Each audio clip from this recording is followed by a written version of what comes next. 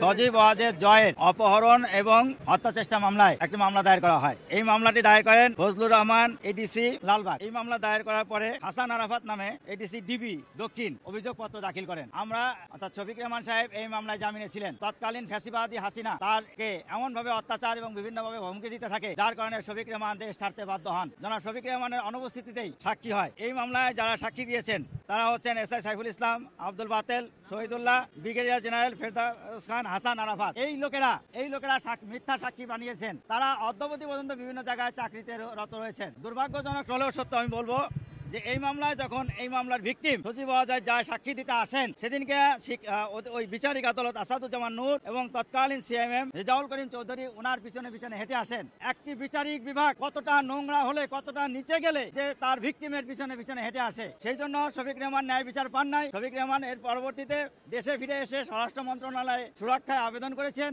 উনি বয়স্ক এবং শারীরিকভাবে অসুস্থ। ফৌজদারি কার্যবিধি 401 ধারা মোতাবেক স্বরাষ্ট্র মন্ত্রণালয় মহামান্য রাষ্ট্রপতির আদেশক্রমে ওনার সাজা প্রশাসনিকভাবে 1 বছর স্থগিতের আদেশ দিয়েছেন এবং বিজ্ঞ নিম্ন আদালতে অর্থাৎ আপিল আদালতে আত্মসমর্পণ করে আপিল দায়েরের নির্দেশনা দিয়েছেন। আজকে জনাব শফিক রহমান উপস্থিত হয়ে বিজ্ঞ মহানগর দায়রা জজ আদালতে আপিল করেছেন এবং সেই সাথে জামিনও চেয়েছিলেন।